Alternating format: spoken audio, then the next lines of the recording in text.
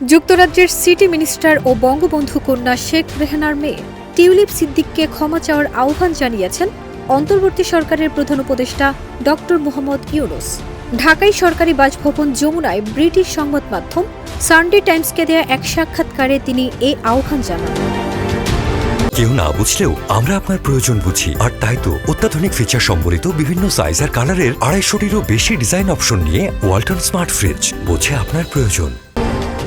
ড মোহাম্মদ ইউনূস বলেন, শেখ হাসিনার স্বৈরাচারী শাসনামলে টিউলিপ ও তার পরিবারকে দেয়া সম্পত্তি ভোগ করার জন্য তার ক্ষমা চাওয়া উচিত।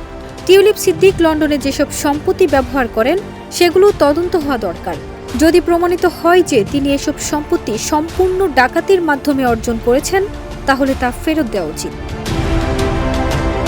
শান্তিতে নোবেলজয়ী ড মোহাম্মদ ইউনূস বলেন, ব্রিটিশ সরকারের ট্রেজারি ও সিটি মিনিস্টার হিসেবে আর্থিক দুর্নীতি মোকাবেলার দায়িত্বে থাকা টিউলিপ সিদ্দিকের লন্ডনের বাড়িগুলো অর্থ আত্মসাতের মাধ্যমে তৈরি করা কিনা তা তদন্ত হওয়া উচিত। সানডে টাইমস জানিয়েছে, তারা তদন্তের মাধ্যমে নিশ্চিত হয়েছেন যে টিউলিপ সিদ্দিক বছরের পর বছর ধরে একটি বাড়িতে বাস করেছেন, যে বাড়িটি দুই বাংলাদেশি ব্যবসায়ী একটি অফশোর কোম্পানির মাধ্যমে কিনেছিলেন। অথচ এই ধরনের আর্থিক অস্বচ্ছতা এড়াতে তিনি বরাবর কথা বলতেন। প্রসঙ্গত, টিউলিপ সিদ্দিক বাংলাদেশের সাবেক প্রধানমন্ত্রী শেখ হাসিনার বোনের মেয়ে। ফারজানা নিকিতা, দেশ রূপান্তর।